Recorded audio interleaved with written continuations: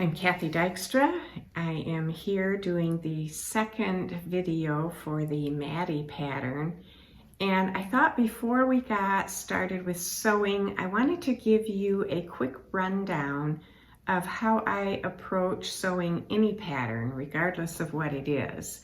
The first thing that you always want to do, especially if you're not in the habit of doing this, you want to get into the habit of doing this, is you want to read over all the instructions to make sure you understand them and just understand the process more or less. If it's a more complicated pattern, that would take a little bit more time.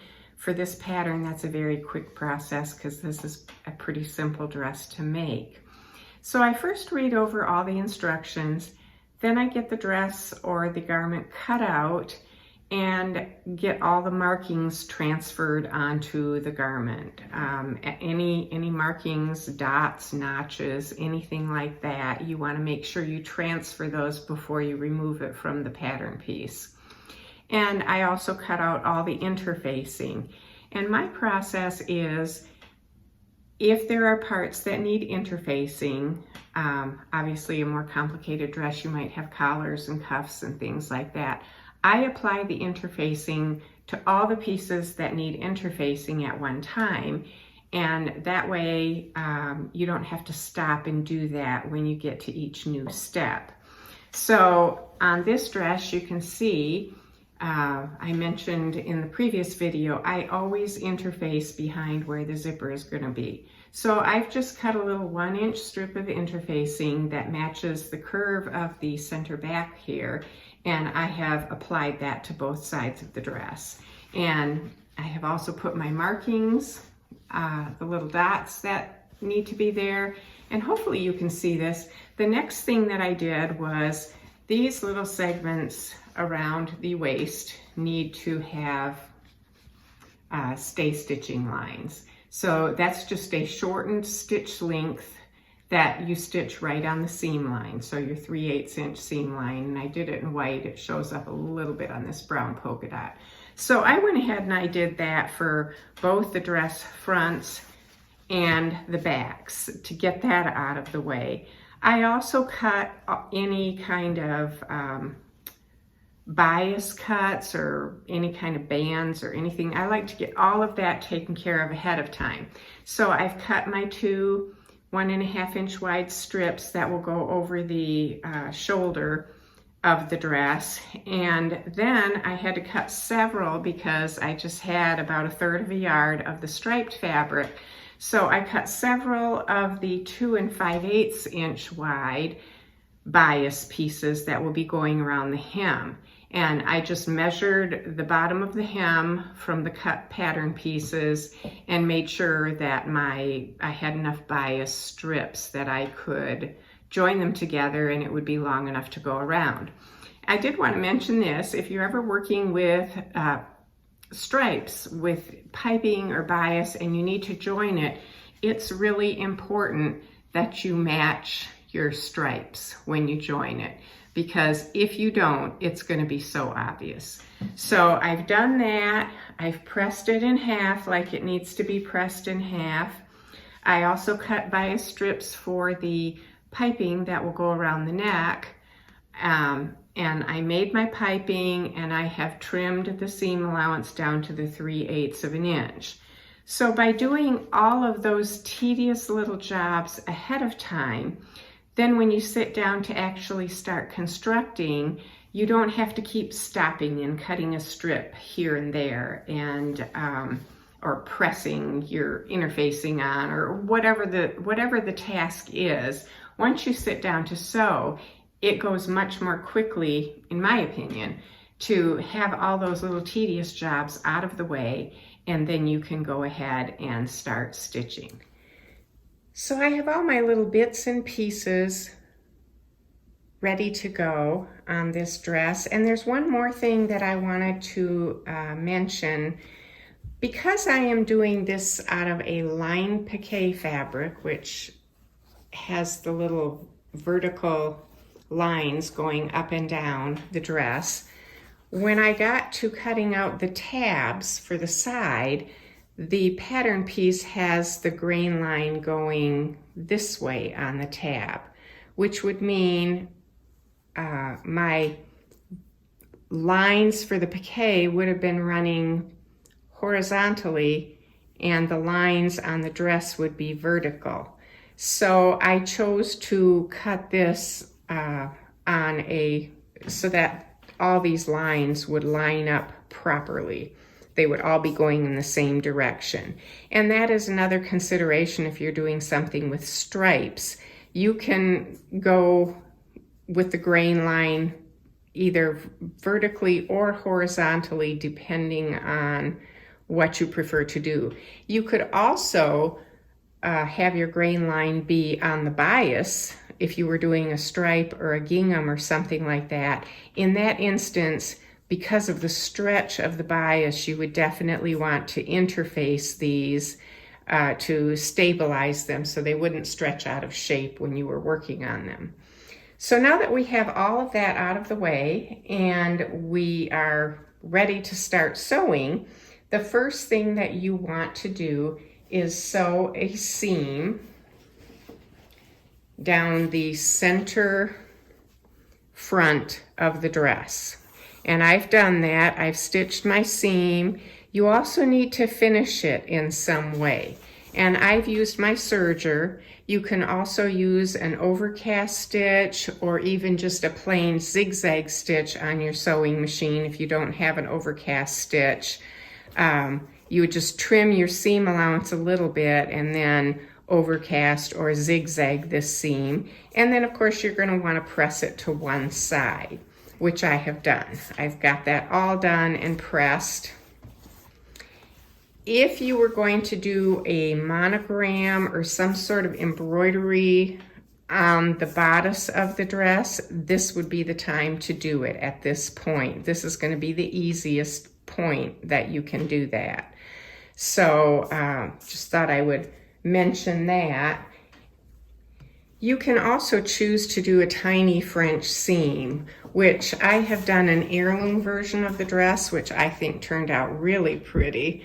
I've used Spanish laces, I've pin stitched all the lace to the linen, but because this was a little fancier, I wanted to do a tiny French seam. And I do have a video on making tiny French seams. It makes a nice clean finish for the inside of the dress. So that's another option if your fabric is appropriate for that. If you're using corduroy or even the piqué, I feel like is a little bit heavy for that. But any lighter weight fabric, you can also choose to do a French seam to finish it. The next step is to pin your shoulder seams of the dress fronts and the backs together to stitch those and press them open. And you're going to want to do the same thing for the lining. So I've stitched the front. I did finish that seam allowance. I've attached the shoulders and pressed them open. I'm not finishing that because they're going to be kind of enclosed with the dress. And you want to hem the bottom of the lining on the front and on both backs. And to do that, I don't do anything fancy. I literally just turned it under about 1/8 of an inch, turned it under 1/8 of an inch a second time, and then stitched close to the fold. I also thought I'd mention I am using my zipper foot, which is a one-sided foot, to stitch my piping on. Some people prefer to use a pin tuck foot, which if that works better for you, certainly use that. Other people like to use this applique foot, which that also can work very well. You'll know it's an applique foot if it's got this indented little V section on the underneath side of the foot. And for the second go around of stitching, I tend to use my open-toed foot because then I will be able to have a good visual to see where my needle is going down and make sure that it's getting one thread closer to the piping. So I have stitched the shoulder seams into the dress, so the fronts and backs are attached now. I've also made sure that my corner markings or my pivot markings on the front and the back are very clear, and I've marked the 5/8 inch seam allowance at the center back. The next step is to apply the piping, and I'm going to start the piping at this 5/8 inch seam line, and then you're going to pivot as you come to these dots and at the center front. So I thought I would show you how I do that. When I apply my piping to the yoke, I just do it freehand. I don't use pins or anything else. I just manage it while I'm stitching. But I've had a lot of experience doing that.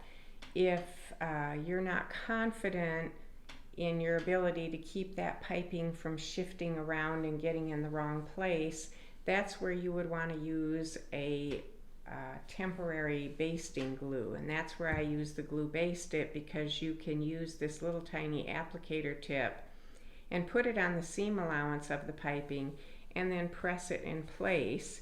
And at that point, when you get to a curve, you would clip the curve. And it's best to do this on a padded surface so that you can pin things so they don't shift until they're dry. But then you could continue to shape it around the curves as you need to.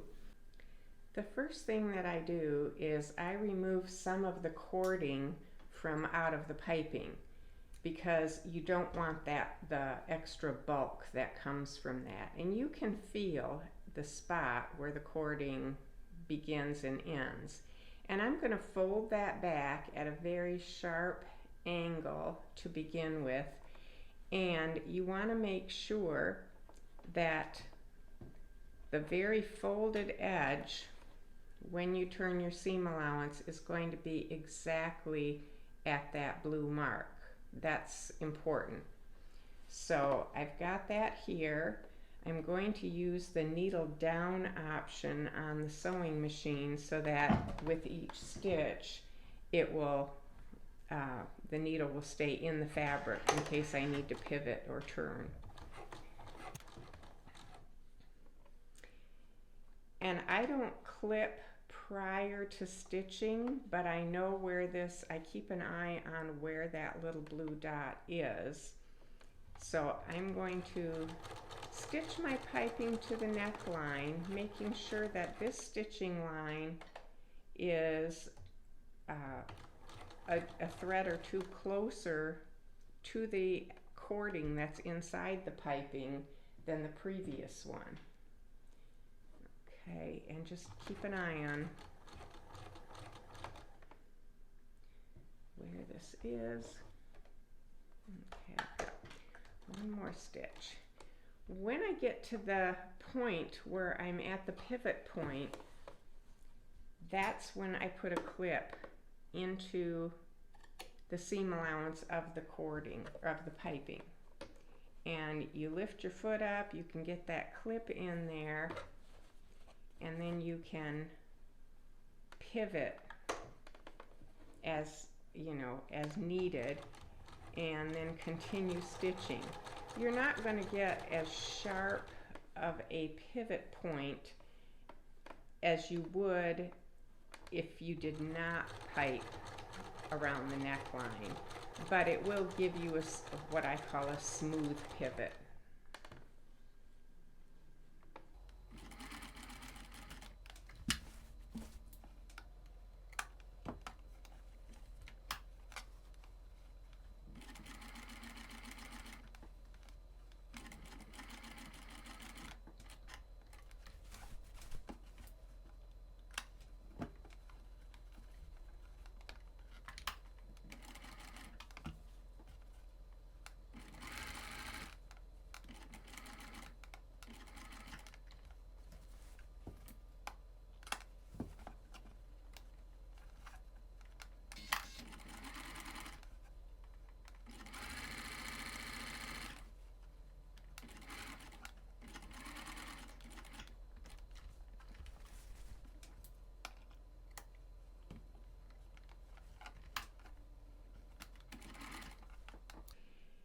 As you get close to the end here, I go ahead and cut off the excess piping that I've made.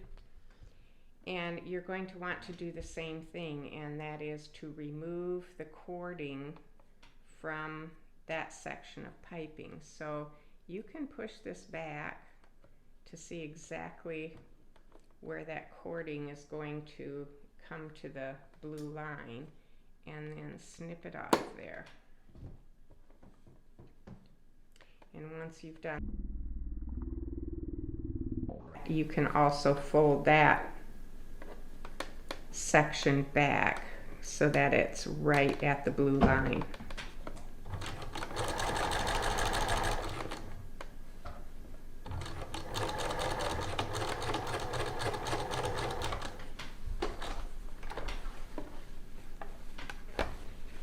And before you decide you're finished, just do a double check, do a visual, and make sure that both ends, when this is folded back, are going to stop exactly at that blue line.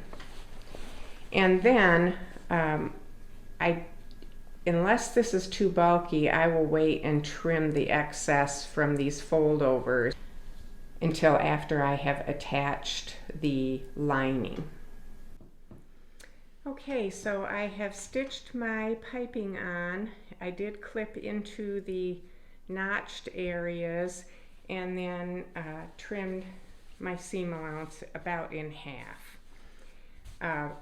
It's not necessary to put clips. These curves are, along the length between these notches because it's not curved enough to cause a problem.